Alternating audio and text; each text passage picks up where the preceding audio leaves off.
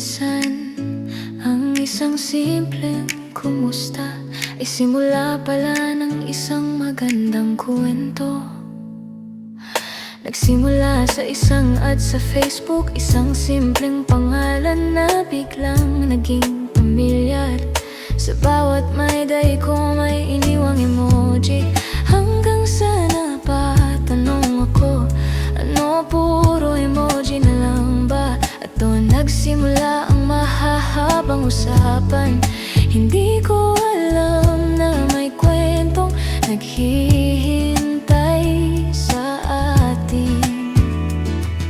Pareho pala tayong malapit lang magkabarangay, pero parang matagal nang hinahanap. Hanggang sa isang araw sinabi ko, tara magkape tayo sa tayabas.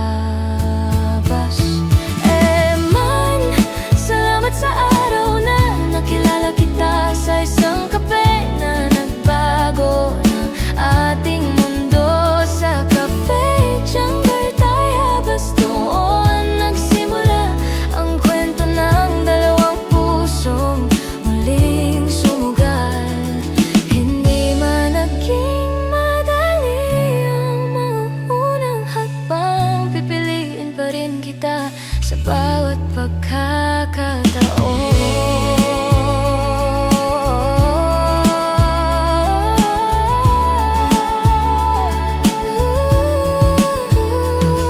May mga nakaraan tayong pareho mula sa 6 na taong pagmamahal. Ako naman mula sa relasyong halos naubos ako, pero dumating ka nang hindi ko inaasahan. At tinuruan mo akong muling maniwala na may taong darating para manatili.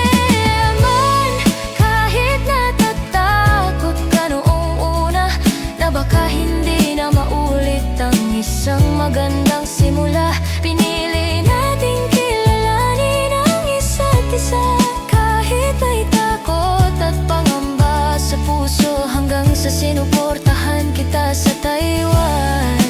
Dahil gusto kong makita kang maabot ang pangarap mo. 7 buwan pa lang ang ating kwento, pero marami na tayong natutunan. May pagsubok mang dumating sa daan, hindi tayo basta sumusuko. Dahan-dahan nating binubuo ang pagmamahalang para sa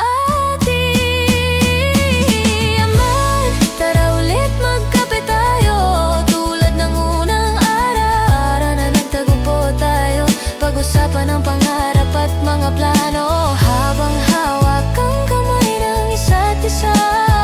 Salamat dahil dumating ka sa buhay ko, at salamat dahil pinili mong manatili.